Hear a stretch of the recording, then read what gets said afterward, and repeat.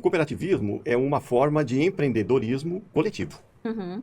Cada cooperativa é um grande empreendimento coletivo. Uhum. Mas os empreendimentos também, eles são individuais, né? Que é uma força aí poderosa da economia, né? Então, essas cooperativas, elas, historicamente, elas se estruturando, elas trazem já o desenvolvimento econômico por si só, por ter o empreendimento, né, cooperativo. Gera empregos e melhora a distribuição de produtos, remunera melhor os cooperados, isso traz desenvolvimento econômico. A cooperativa, então, ela contribui para o empreendedorismo nesse sentido também. Se eu me associar, eu posso empreender, porque eu vou sair de um regime de incertezas para um regime de maiores certezas, né? Quando eu fiz o projeto lá da loja do emprego apoiado, eles queriam ver qual o impacto que eu causaria na vida dos meninos, né? A loja ficou ali, os meninos foram contratados, ficaram 6 meses de contrato, ok? Depois acabou. Mas um está na Stanley, entende? Outro foi encaminhado para outro mercado de trabalho. Então, tipo assim, o contrato acabou ali, aquele contrato provisório, né, da loja. Mas houve encaminhamento, houve mudança de vida, né? Não ficou ali, não é aquela questão de uma empresa que só faz um aporte financeiro e tchau. Não, ele quer ver aonde que isso vai dar, como que eu vou transformar. Depois que eu aportei esse valor, a instituição ou o menino vai conseguir andar sozinho? Esse é o segredo do cooperativismo também.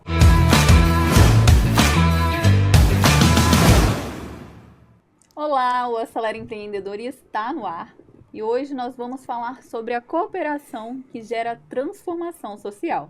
E para falar sobre esse tema, eu recebo aqui no estúdio 2 convidados. Roberto Amadeu Fassarella, graduado em agronomia, mestre em agronomia na área de economia agrária e doutor em história social das relações políticas. Na sua pesquisa de doutorado, resultou na tese Cooperativismo no setor cafeeiro no estado do Espírito Santo, 1950 a 1970, um importante estudo sobre a história do cooperativismo e da cafeicultura capixaba. Foi professor de Ciências Econômicas na UFES de 1979 a 2020, concentrando seus estudos em cadeias produtivas, arranjos produtivos locais e cooperativismo. Atualmente é professor aposentado da instituição. Professor, é uma satisfação te receber aqui. Obrigado. Recebo também a Paula Scheidegger. Ela é CEO e fundadora da Cariacica Down, agente de transformação social, educadora social, mentora, consultora e palestrante. Graduada em Direito, Sociologia e Pedagogia, atua há anos na promoção da inclusão, defesa de direitos e desenvolvimento de projetos de impacto social. É reconhecida por seu trabalho junto às famílias e as pessoas com deficiência, liderando iniciativas voltadas ao fortalecimento da cidadania, da educação inclusiva e do desenvolvimento organizacional. Paula, é uma alegria ter você aqui. Obrigada, viu? Prazer, obrigada pelo convite, né, de estar espalhando assim a nossa história mais uma vez aqui no estado. Lembrando que o Acelera Empreendedor é uma realização da Aguiar Aceleradora de Ideias e nós temos uma parceria institucional com a FAESA. Nossos episódios são gravados aqui no LACOS, o Laboratório de Comunicação e Mercado dos cursos de Jornalismo e Publicidade e Propaganda do Centro Universitário FAESA. E para começar, eu queria saber um pouquinho mais de você, assim, quem que é a mulher por trás da Cariacica Down? Sou casada, né, com o Wellington, sou a mãe do Gabriel, do Isaac e da Isabela, que tem síndrome de Down, né? Hoje que está com 21 anos, que transformou minha vida. Sou formada, né, comecei minha vida acadêmica, meu sonho era advogar, me formei em Direito, depois eu larguei tudo, fui para Sociologia, porque eu amo a sala de aula, professor, fui dar aula, né? E depois, com o nascimento da Isabela, eu queria me aperfeiçoar na questão da educação e fui fazer pedagogia, né? E aí surgiu a Cariacica Down na minha vida. Então, como que surgiu a Cariacica Down? Assim, hoje vocês têm quantos assistidos e que serviços vocês oferecem lá dentro? A Cariacica Down surgiu, né, da vontade de que minha filha tivesse amigos, que ela pudesse ter um clube de amigos para sair, ir ao cinema, ir ao shopping, à praia. A minha preocupação, no entanto, era ficar muito sozinha, isolada. E também ter um desenvolvimento bacana, próprio, com terapias próprias para síndrome de Down. Nisso, através de um grupo de WhatsApp, no sábado à noite, conversando com algumas amigas que são mães de síndrome de Down, nós formamos um grupo de WhatsApp. E aí surgiu a Cariacica Down. Em menos de um mês, nós tínhamos 100 pessoas no grupo e formamos uma reunião. Dessa reunião, alguns pais levaram terapeutas, e assim começou a Carecica DAO. Começamos com 34, hoje nós estamos atendendo na Carecica DAO hoje 185 famílias, pessoas com síndrome de Down e TEA hoje. E quais serviços vocês oferecem? A gente tem um atendimento clínico, né, que vem fono, fisioterapia ocupacional, médico como clínico geral, psiquiatra e médico da família. E tem o atendimento social, o educacional. Nós temos também o atendimento de 0 ao idoso, pessoas com deficiência, hoje que são ali, que recebem todo o tratamento ali na Carecica DAO. Chegando ainda os nossos adolescentes, os nossos jovens no centro de convivência e também o preparo para eles para o caminho, para o emprego, né? Chamado emprego apoiado na Carecica DAO para pessoa com deficiência intelectual. Perfeito. Professor, e o senhor, quem que é a pessoa por trás de tantos livros, de tantas pesquisas? Sou filho de produtor rural. E o cooperativismo sempre foi, assim, tipo uma paixão na minha vida. Né? Aquilo me chamava muito a atenção. E quando surgiu a oportunidade do doutorado na área de História, então nós fomos pesquisar o cooperativismo no estado do Espírito Santo, que é um livro que surgiu como produto da minha tese de doutoramento. É o primeiro trabalho de pesquisa, realmente assim, científica e filosófica, de cooperativismo no estado do Espírito Santo. Sou considerado, né, um pioneiro nessa área. O que é cooperar para vocês? Cooperar é estar junto, dando as mãos, ajudando um ao outro, participando coletivamente. É isso para mim. Cooperar é quando, pode ser formal ou informal, né? É quando pessoas com objetivos comuns se unem num sentido bem específico e obter resultados bem específicos. Ou resultados econômicos, ou resultados sociais, de interesses pessoais. Mas o importante, quem nos acompanha, é que a cooperação, ela deve surgir dos interesses individuais que cada um vai observar que são comuns a outros. E a partir daí, então, essa união para resolver problemas comuns, né, e para satisfazer situações individuais, é que é a cooperação. Como que nascem as cooperativas? As cooperativas, elas nasceram do conceito de cooperação mesmo, né? E isso remonta quase à pré-história, essa necessidade de cooperação. Mas o cooperativismo, ele surgiu numa cidade inglesa, Rochdale, com a sociedade dos probos pioneiros de Rochdale. E ela surge no seio da Revolução Industrial. A Revolução Industrial, quando ela é implementada, né, ela vai tomando a sua dinâmica própria, ela gera muita riqueza, ela gera muito emprego, ela gera bem-estar. Né? Essa é a verdade. Mas também, muitas das atividades econômicas, daquelas entidades que produziam, por exemplo, a produção artesanal, elas foram desaparecendo, porque não tinham como competir com as grandes empresas que surgiam com novas tecnologias, especialmente tecnologia mecânica, né, e de automação. E uma grande parcela da população ficou à margem disso. E aí trouxe mesmo miséria e tudo que vem junto. Drogas, prostituição, doenças, né? Então, de um lado, você tinha todo esse bem-estar, todos esses novos produtos que foram colocados à disposição da sociedade, mas, por outro lado, pessoas foram marginalizadas, na verdade, desse processo. E quem apoiava essa ideia da Revolução Industrial era o liberalismo econômico, a doutrina do iluminismo, do liberalismo econômico. Uhum. O importante era incentivar as individualidades, as empresas privadas, porque elas que gerariam riqueza, gerariam emprego, tal, etc. Essa era a ideia do iluminismo. E surge, nesse momento, e olhando as consequências da Revolução Industrial, é que surgem um grupo de filósofos interessantíssimos, que para mim, pessoalmente, são importantíssimos para a evolução posterior da humanidade, que foram os chamados filósofos utópicos. Uhum. Eles, então, a parte deles, não queriam ver o Estado envolvido na produção, nem a iniciativa privada. Eles pensaram, então, nos ideais de uma empresa coletiva. Mas uma empresa coletiva que os cooperados fossem realmente os donos e eles que decidissem sobre isso. E fundaram as primeiras cooperativas desses filósofos. Um notável é Robert Owen, o outro foi Fourier. O Robert Owen era um industrial, Fourier também. Eles implementaram, o Owen, uma cooperativa, um modelo de cooperativa chamada New Harmony. E o Fourier, os falancérios. Todos fracassaram. Mas os discípulos do Robert Owen, eles, com a experiência do fracasso, da proposta do próprio idealizador, né, deles, eles fundaram, então, essa cooperativa. Só que agora não tem um fundador.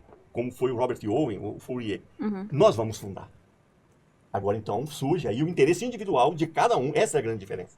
Ela surgiu por interesse individual de cada um e fundaram, então, se reuniram e fundaram a primeira cooperativa realmente como uma instituição cooperativa mesmo, né? A Sociedade dos Próprios Pioneiros de Rockdale.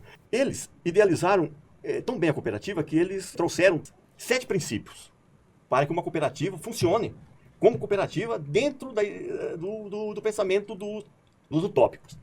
E o 7º princípio é esse, do princípio da comunidade, do interesse comunitário da comunidade. Ali então é que vai surgir esses recursos para as atividades, não só para os cooperados em si, mas também para o entorno. Qual foi, assim, a primeira cooperativa, o senhor falou no mundo, né, mas no Brasil e no estado, e como que a legislação ajudou nessa estruturação? A do Brasil é a Sociedade Cooperativa Econômica de Funcionários Públicos de Ouro Preto, 1889, no ramo de consumo.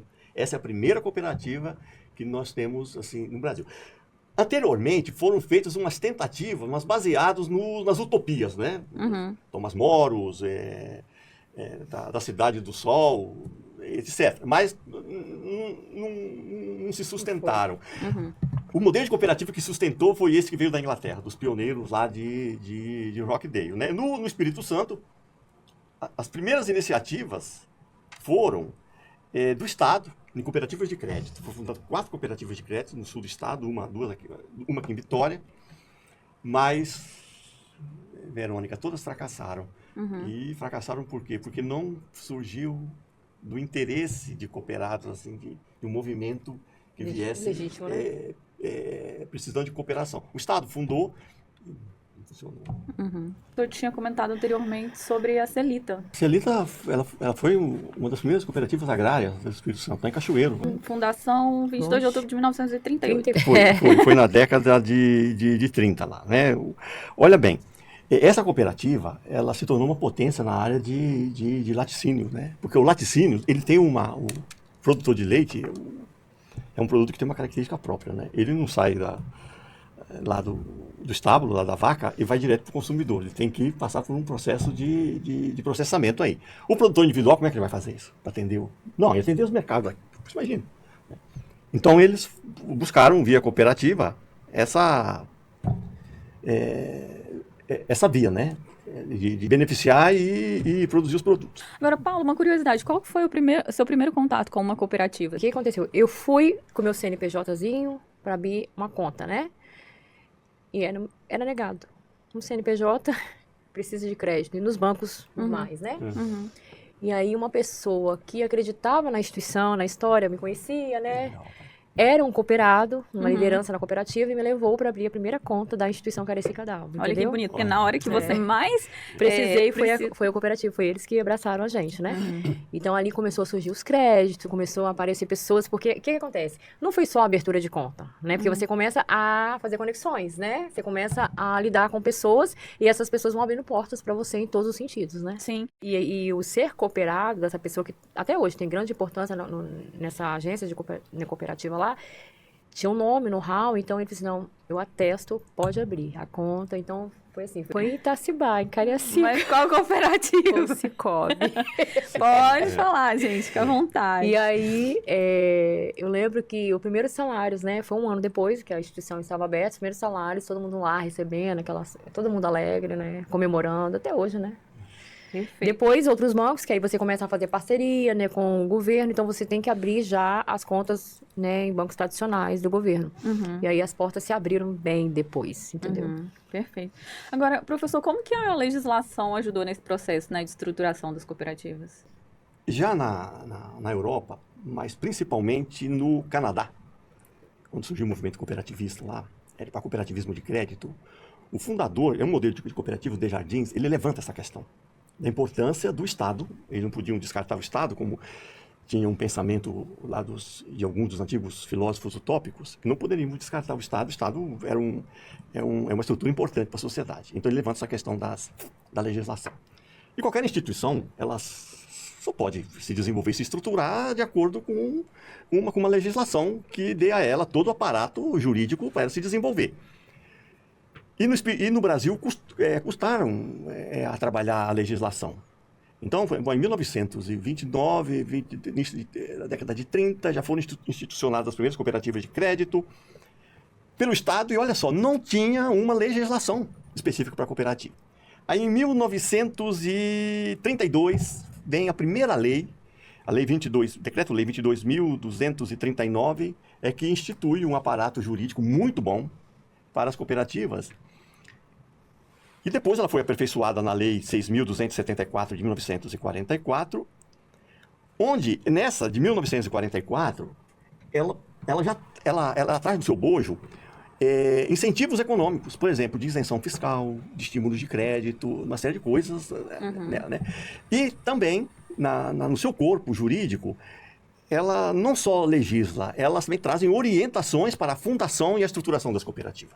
Então elas foram assim muito importantes, e a partir daí as leis elas foram se aperfeiçoando. Pode explicar um pouquinho melhor a relação do cooperativismo com as igrejas? Quando surgiu essa primeira cooperativa na Inglaterra, ela com seus 7 princípios, é importante registrar que isso veio da filosofia, né? Tem filósofos por trás disso, inclusive nesses princípios, né? Foi um sucesso. Da Inglaterra, lá da ilha, né, das Ilhas Britânicas, as cooperativas foram surgindo na Europa Central, notadamente em países como a Alemanha, a França e os países escandinavos. Mas a igreja, o Papa Leão XIII, nesse que está aí é o 14, o Leão XIII, ele observando o mundo, ele detectou o seguinte: olha, a Revolução Industrial está trazendo danos, né? Além de muitas coisas boas, né? Produtos melhores, riqueza, muitas coisas boas. Mas olha o que aconteceu. Olha a parte da população que foi marginalizada. Aí então ele tem uma preocupação com isso. Essa população não pode se submeter a essas condições. Mas junto com o iluminismo e com o socialismo utópico aparece uma outra proposta socialista que veio do marxismo, que veio do socialismo histórico, que foi o marxismo. E o que o marxismo propunha? Acabar com a burguesia, com as empresas privadas, e o Estado vai produzir tudo. O Estado vai ser o dono e as pessoas vão se submeter às decisões do Estado, é o que o Estado vai produzir e tal.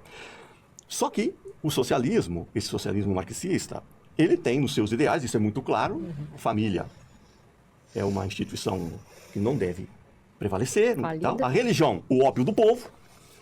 E o que o Papa então faz? Ele, além de criticar a estrutura socioeconômica, mas veja bem, o Leão XIII, ele critica, mas ele mesmo afirma que é a melhor forma que existe. Ele reconhece já isso. Ele diz, olha, o que estão propondo aí, o socialismo, vai ser muito pior. Então ele começa já um combate aí ao marxismo. Bom, o que aconteceu em seguida? Ele vai e ele determinou mesmo, e sugeriu ao clero, os diáconos, os padres, os bispos, que entrassem como uma missão o estímulo e o apoio aos movimentos associacionistas e às cooperativas. E ali a igreja entrou nessa história, e foi assim, pela pesquisa, né, que eu fiz, né, foi fundamental para o crescimento de cooperativismo, não só lá. Canadá, América Latina, foi fundamental a igreja, e no Brasil. A primeira cooperativa de crédito fundada no Brasil, lá no Rio Grande do Sul, é o Sicredi. É um padre que tem o padre Amistade, que é o que lidera esse movimento cooperativista no Sul. É um padre da igreja. Com apoio, claro, da doutrina social da igreja, da Rerum Novarum, o nome é lá o documento, né, encíclica, Rerum Novarum. O que chamou mais a atenção do senhor em relação a esse estudo, especificamente das cooperativas de café? Me chamou a atenção foi a clareza que os produtores de café, aqueles que começaram a idealizar os movimentos cooperativistas no setor de café, tinham de onde vinha as dificuldades da exploração deles. Eles identificaram. Era na intermediação, era muito intermediário.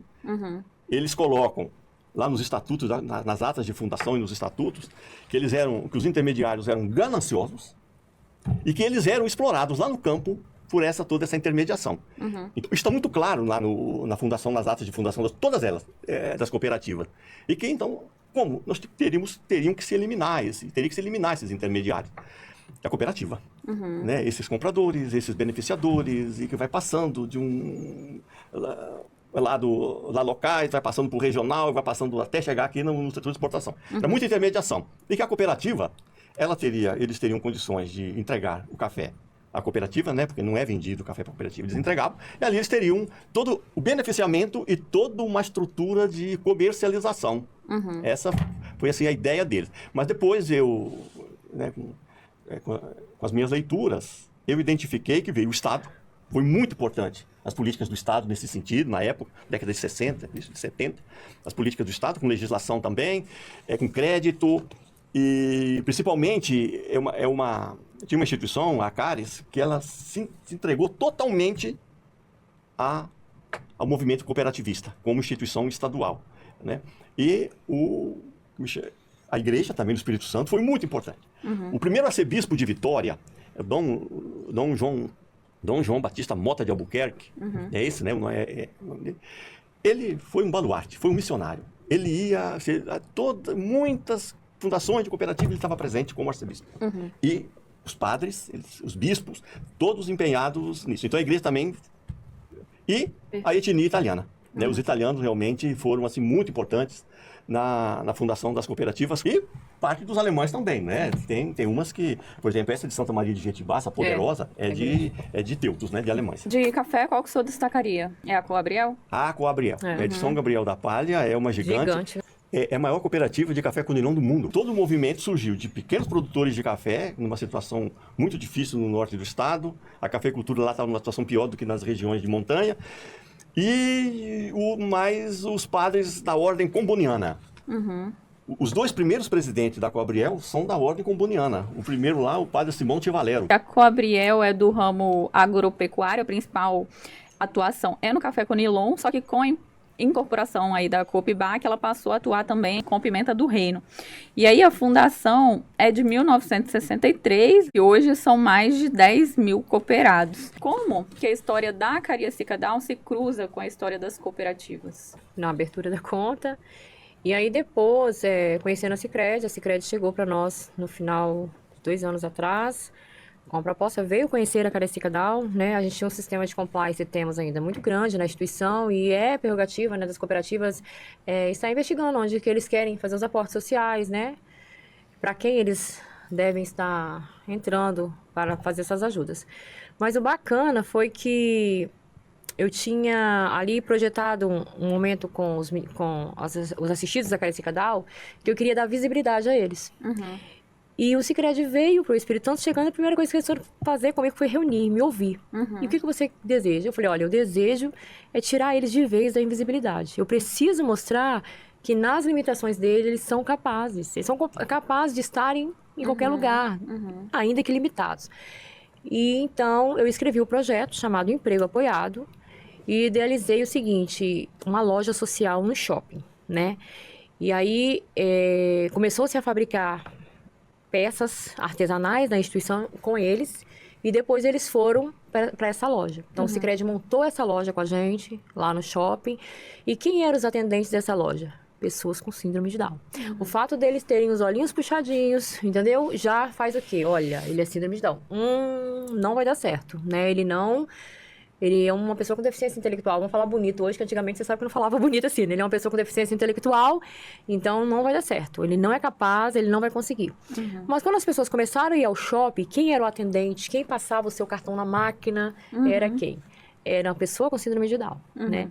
Então, conseguiu-se ali empregar 4 deles, né? Outras empresas compraram essa questão junto com a cooperativa, o Sicredi, e contrataram esses meninos, né? E eles começaram a ser contratados e fazerem ali os atendimentos. Além disso, nós tínhamos um DAO autista não verbal na instituição, que para uma mãe, esse menino vai ser sempre meu dependente. Só que esse menino fazia desenhos maravilhosos. O que eu olhei e pensei, a empreendedora que eu sou... Peguei aqueles desenhos, virei pro meu make e falei assim, olha, você vai redesenhar isso aqui e vai virar produto. E virou camisa, virou boné, virou caneca, virou várias coisas. Então, além do emprego formal, a gente também tinha o informal, que era o empreendedor, o Gustavo, né? Então, assim, o Sicredi abraçou isso com muita força conosco, nos deu essa visibilidade. Nós ficamos 1 ano ali, Foi um investimento de quanto? Foi um investimento de R$100 mil. Do Sicredi, montando a loja, fazendo todos os maquinários, comprando coisas, os insumos, né, para ser feito, né? Camisas, bonés, chaveiros, canecas, azulejos estampados, né? Todo o maquinário ali. Hoje, pra você ter ideia, deu tanto sucesso, muito sucesso que deu, que nós pegamos essa ideia e montamos uma fábrica, fizemos um novo projeto. Agora vocês vão aprender. Aprender o quê? A recepcionar, fazer conta, né? Uma loja social. E aí, além da loja social, tem a fábrica, que eles fazem as próprias camisas. Eles desenham, eles fazem as camisas. Estou dando exemplo de camisa, mas lá tem chinelo, tem tudo que você imaginar, gravação a laser, bonés, canecas, né? Você imaginar. Então, hoje tem a fábrica e também a loja social. Porque a pessoa com deficiência, no mercado de trabalho, ela é bem difícil eles conseguirem emprego, né? Você imagina isso 2 vezes. O que eu quero dizer com isso? Imagina uma pessoa que tem deficiência intelectual. É pior. Porque ela é desacreditada só pelo fato de ser deficiente intelectual. Então, ela precisa provar mais ainda que ela consegue. Então, eu queria dar essa visibilidade, né? E aqui no Espírito Santo, nós estamos engatinhando nisso. Se você for olhar a nível Brasil, hoje nós temos várias pessoas com síndrome de Down formadas aí, que estão dando show. Mas no Espírito Santo ainda nós estamos engatinhando nessa questão do mercado de trabalho para pessoa com deficiência intelectual. Já que você falou do Sicredi, professor, o senhor até adiantou, né, que foi a primeira cooperativa de crédito aí do país. Eu queria saber como que o senhor vê, né, essa questão dos investimentos em ONGs. O senhor já adiantou aí que vem lá dos princípios, né? Mas, assim, algo bem longínquo. Né? Foi uma construção linda, né? O cooperativismo, ele, por si só, ele leva ao desenvolvimento. Por quê? O cooperativismo é uma forma de empreendedorismo coletivo. Cada cooperativa é um grande empreendimento coletivo. Mas os empreendimentos também, eles são individuais, né? Que é uma força aí poderosa da economia, né? Então, essas cooperativas, historicamente, elas se estruturando, elas trazem já o desenvolvimento econômico por si só, por ter o empreendimento, né, cooperativo. Gera empregos e melhora a distribuição de produtos, remunera melhor os cooperados, isso traz desenvolvimento econômico. Mas tem uma outra importante do cooperativismo, por ser uma cooperação, que um dos problemas do crescimento econômico são as incertezas. Quando vivemos um ambiente de incerteza, os empresários, as instituições, elas reduzem as atividades, etc. O cooperativismo, ele de uma certa forma, ele desanuvia isso, né? Porque as incertezas é tipo uma nuvem, uma coisa nebulosa, né? Ninguém sabe o que vai acontecer. As cooperativas, mesmo que em questões nebulosas, nós sabemos que é uma grande estrutura e ela vai sobreviver a isso, a cooperativa. Eu sou um cooperado. Então, o que acontece? A cooperativa, então, ela contribui para o empreendedorismo nesse sentido também. Se eu me associar, eu posso empreender, porque eu vou sair de um regime de incertezas para um regime de maiores certezas, né? Então, elas já trazem por si só esse estímulo ao desenvolvimento econômico. E no 7º princípio, lá de Rockdale ainda, você tem o princípio do interesse para a comunidade, do interesse comunitário, que é, então, desenvolver o entorno. No caso do Sicredi, eles informaram o seguinte, né? Que hoje eles têm mais de 10 milhões de associados no país, 175 mil no estado. E sobre a questão do fundo social, eles explicaram o seguinte: com o fundo social, a cooperativa destina um percentual de 2% do resultado do exercício anterior para apoiar as iniciativas promovidas por entidades privadas sem fins lucrativos e legalmente constituídas. E as ações apoiadas devem ser mensuráveis em esforço, tempo, impacto e desenvolvimento social. Exatamente, essa questão de impacto é o que eles pregam sempre. Porque, por exemplo, quando eu fiz o projeto lá da loja do Emprego Apoiado, eles queriam ver qual o impacto que eu causaria na vida dos meninos, né? A loja ficou ali, os meninos foram contratados, ficaram 6 meses de contrato, ok? Depois acabou. Mas um está na Stanley, entende? Outro foi encaminhado para outro mercado de trabalho. Então, tipo assim, o contrato acabou ali, aquele contrato provisório, né, da loja. Mas houve encaminhamento, houve mudança de vida, né? Não ficou ali. Não é aquela questão de uma empresa que só faz um aporte financeiro e tchau. Não, ele quer ver aonde que isso vai dar, como que eu vou transformar. Depois que eu aportei esse valor, a instituição ou o menino vai conseguir andar sozinho?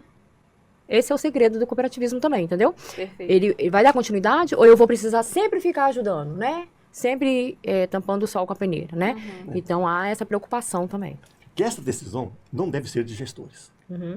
Uma proposta dessa tem que passar numa assembleia dos cooperados. Então, lá, isso que eu acho assim muito legal. cada cooperado renuncia uma parte do seu retorno lá das sobras para o desenvolvimento local, para as entidades locais. Isso Sim. é, assim, muito legal isso, né? Que você vê aí que tem o que nós chamamos de fraternidade, solidariedade, Sim, né? isso aí. Por parte dos cooperados. E com isso eles investem em nós valores, de não ficar sempre ali preocupados, acabou o recurso, não. Você tem que correr atrás também. Agora eu estou te dando o primeiro passo, Isso. mas você vai construir aqui uma história, entende? Mas, Paula, se você tivesse recebido o mesmo valor, mas sem a lógica cooperativista por trás, o resultado teria sido diferente? Não, acho que teria sido o resultado. Talvez não haveria uma preocupação dessa genuína, entende? Com a pessoa, né? Talvez seria uma coisa, vou colocar aqui, tipo, estou cumprindo a legislação, vou dar, né? Hoje está muito em moda, né? SG, né? Mas talvez não teria essa coisa genuína mesmo de fazer um aporte para transformação mesmo, de Você falou fato, que entendeu? Que o acompanhamento é bem... É bem intenso de ver o resultado acontecendo, entendeu? Como que eu transformei? Esse dinheiro aqui aportado foi para quê? Esse maquinário comprado, o que esse menino fez com isso, entendeu? Entendi. Você falou também que já recebeu o aporte de outras cooperativas, né? Você poderia citar um pouquinho? Sim, sim. A gente dá sempre querendo dar o protagonismo, a visibilidade da pessoa com deficiência. Outra cooperativa nos deu um podcast DAO. A gente tem um podcast DAO, a gente tem um canal Cariacica DAO de podcast, né? E ali os meninos também fazem treinos, então a gente entrevista várias pessoas na questão médicos, pessoas que podem estar nos ajudando. Foi uma questão. Qual cooperativa? O Cicobi. Outra questão também foi o nosso energia solar. Nós somos uma das primeiras organizações do estado que implantamos a energia solar, né? Tendo em vista, querendo dar mais confortos aos assistidos, né? Na questão de terapias, nós implantamos a energia solar na época. Isso tem o quê? Tem 7 anos, você imagina. O solar tá bombando há pouco tempo, né? E nós conseguimos também. Qual cooperativa? Cicobi. Cicobi também? A gente está aqui com dados do Cicobi e eles têm mais de 10 milhões de cooperados no país inteiro. E eles, em 2025, o sistema regional Cicobi-ES investiu mais de 11,9 milhões em iniciativas sociais, beneficiando mais de 519 mil pessoas em 117 municípios por meio de 2.847 ações realizadas. O interessante da história do cooperativismo de crédito, eles tiveram uma pujança, né? As 4 primeiras fracassaram. 30 anos depois, começou o movimento cooperativista no Espírito Santo. Tudo baseado no modelo Desjardins, lá do Canadá. Então você tem a fundação de várias cooperativas, quase todas com um público homogêneo. Era de empresas, né? De funcionários de empresas, de sindicatos. Mas eles não se sustentaram e fecharam. A maior delas, elas fecharam aqui no Espírito Santo todo. E nós fomos investigar o que aconteceu. E ali nós nos reportamos aos antigos filósofos. Principalmente tem um, lá do iluminismo, o Rousseau. Ele diz que a principal força que o ser humano tem é a individualidade. Ele vai para uma agregação, para uma cooperação, se for de interesse dele. Ele não vai com a ideia de cooperar e de organizar uma estrutura solidária, é isso. Ele quer, porque ele não está conseguindo resolver individualmente os problemas que ele está tendo no meio. Então ele procura uma agregação. Ele usa esse termo, o Rousseau, uma agregação. Mas, se depois aparecer uma estrutura que dê a ele uma situação melhor do que está na agregação, ele sai da agregação e vai para a nova estrutura. Nós levantamos todas essas situações aqui do Estado do Espírito Santo, e o que nós sugerimos é mais trabalho, é mais estudos, porque a nossa ideia é que, quando o mercado financeiro se reestrutura, porque qual era a ideia? É que o mercado financeiro explorava juros altos e tal. As cooperativas realmente trouxeram uma situação melhor para eles. Empréstimo, né, formas de crédito, está certo.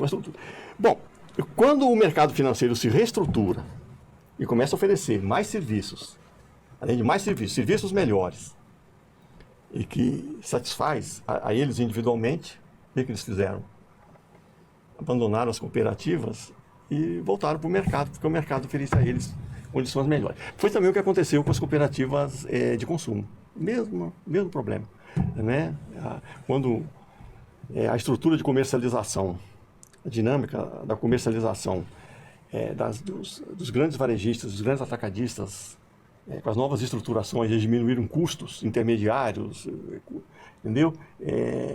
Passaram a oferecer às suas instituições mais produtos melhores, a preços melhores. O que aconteceu? A cooperativa não me atende mais. Mesmo eu ter falado, eu vou lá.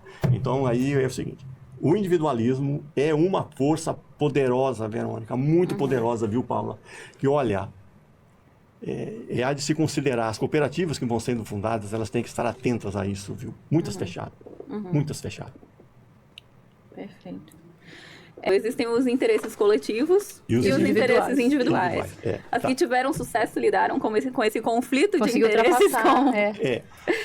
O que num dos princípios tem lá o incentivo à educação, né?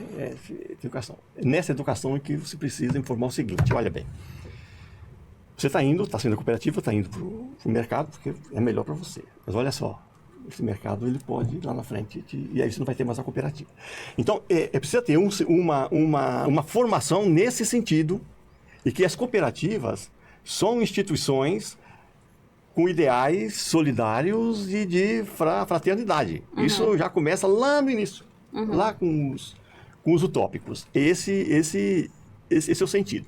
Mas existe esse conflito que o iluminismo considera tanto, que é o individualismo. Mas a Igreja Católica, na doutrina social da Igreja, também ela valoriza a individualidade, as liberdades individuais, o livre-arbítrio. Num socialismo materialista, você não tem livre-arbítrio. Você não tem essas liberdades individuais. Então, a Igreja também defende isso. Mas como que a Igreja orienta? Ela orienta no sentido de que, ao se entrar em estruturas coletivas, é saber que você vai atuar no mercado e que ali tem outras coisas acima dos interesses individuais, que são os interesses coletivos. E aí permanecer. O Adam Smith, um dos lá do panteão do iluminismo, que trouxe as doutrinas econômicas praticamente, com o livro A Riqueza das Nações, ele avança dizendo, ele vai lá na ontologia humana, avança dizendo que o egoísmo é uma virtude, ele é virtuoso. Ao você pensar em ganhar dinheiro, você está pensando em você, no seu bem-estar. Mas você não vai conseguir se você não produzir alguma coisa boa para a sociedade. Sim. Então, ele pensando nele, egoisticamente, ele vai obrigatoriamente produzir alguma coisa boa, senão ele não vai vender. Ele não vai vender, não é? Então, você vê que essa força da individualidade, ela é muito, muito presente e vai continuar aí, ó. E teve também alguma coisa da Unimed, né? Unimed. Unimed foi emprego apoiado também, sempre dando visibilidade. Foi a questão de uma oficina de culinária, né? Aí nós trabalhando a questão da independência, deles ali se virarem na cozinha. Muitas famílias têm a preocupação. A pessoa com deficiência, a gente precisa fazer com que eles sejam protagonistas da vida deles, né? Se virem. Então, ali, eles aprenderam a fazer um lanche, a como ligar, por exemplo, um gás, um micro-ondas, né? E tá se virando ali quando os pais não estiverem em casa. Essa oficina foi focada nisso. Agora, o que mudou na vida dessas pessoas assistidas pela ONG? Você falou de questões práticas, né? De ser encaminhado para o mercado de trabalho. Mas, assim, teve algum momento, alguma situação que te marcou e que você viu realmente estamos fazendo a diferença? Sim. Essa questão do primeiro emprego, da primeira carteira assinada, da abertura, olha só, gente, da abertura de conta. Imagina uma pessoa com 25 anos que não sabe o que é ter uma conta no banco, né? Então, isso trouxe mudança. Dele chegar e falar assim, eu tenho meu cartão, eu posso ir pro shopping, não preciso do meu pai, né? Hoje é muito cartão, Pix, né? Eu posso ir lá fazer acontecer. E ali, ele sonhar, por exemplo, de estar na faculdade. Hoje está, entende? Está ingressando numa faculdade. Então, houve essa transformação toda através disso que aconteceu, né? De realizarmos sonhos, né? Da pessoa, ela se sentir vida civil na prática. Não ter vida civil só, né? Ali no seu documento, mas ter a sua vida civil sendo exercida mesmo na prática. Eu acho que isso é o maior legado que a gente pode deixar para uma pessoa, tá? A dignidade, né? E quando você insere essa pessoa no mercado de trabalho, muda não só a realidade dela, mas de toda a família ali. Exatamente. Um dos nossos assistidos, por exemplo, o sonho dele era, ele queria tanto arrumar um emprego, que o sonho dele, ele foi várias vezes no supermercado pedir para extracolar compras. E para ele foi negado várias vezes. E aí eu tive uma ligação de uma grande empresa, né? Eu acho que posso citar o nome, que é a Stanley, que é uma empresa totalmente, que tem, inclusive, que trabalha para isso. me ligou e falou assim, eu quero contratar uma pessoa com síndrome de Down. Quando ele falou aquilo, eu falei, meu Deus, eu fui lá, vem conhecer para ver onde eu vou colocá-lo. E o Rafael, ele pôde ir lá e conhecer, ter esse engajamento. Nós fizemos um trabalho com a equipe que ia receber. Você imagina, de ensacolador de supermercado, hoje ele é um menino que trabalha dentro de uma empresa multinacional. Então isso é assim, né, hoje ele tem amigos, ele joga futebol, ele conta isso pra gente, ele joga futebol com os amigos do trabalho, né, ele conseguiu conquistar. Então pra gente isso é da dignidade mesmo, tá? A gente falou de cooperativas ali, né, uma organização formalizada como cooperativa, mas queria saber da cooperação informal. O que você vê, assim, de cooperação entre os seus assistidos? Eu acho que é a união, sabe? Eu acho que nós nos damos as mãos, né? Eu quero que a Daltaí tá há 9 anos, vou emocionar, há 9 anos, e eu não faço nada sozinha, entende? Eu acho que eu tenho por exemplo, eu criei um modelo de gestão muito bom que eu não consigo, eu falo a minha parte, mas, por exemplo, hoje nós demos uma entrevista, o menino, mas como que é a física? Eu falei, não sou eu que tenho propriedade, chamei o físio, ele foi lá falar. Então, a equipe, ela se dá a mão. Né? E depois a gente dá as mãos com as famílias para uma causa, para o sucesso da instituição, sim, mas para o sucesso do indivíduo, né? Para que aquele menino, aquela pessoa que está sendo atendida ali tenha um sucesso, né? Tenha qualidade de vida. Às vezes eu vou ter o Vitor, que está na faculdade formando em educação física, mas eu vou ter a Isabela, que é síndrome de Down e autista, e vai ser minha companheira, entende? Mas eu preciso dar a ela a mesma oportunidade que eu dei ao Vitor, por quê? Porque em casa ela precisa ser totalmente autônoma.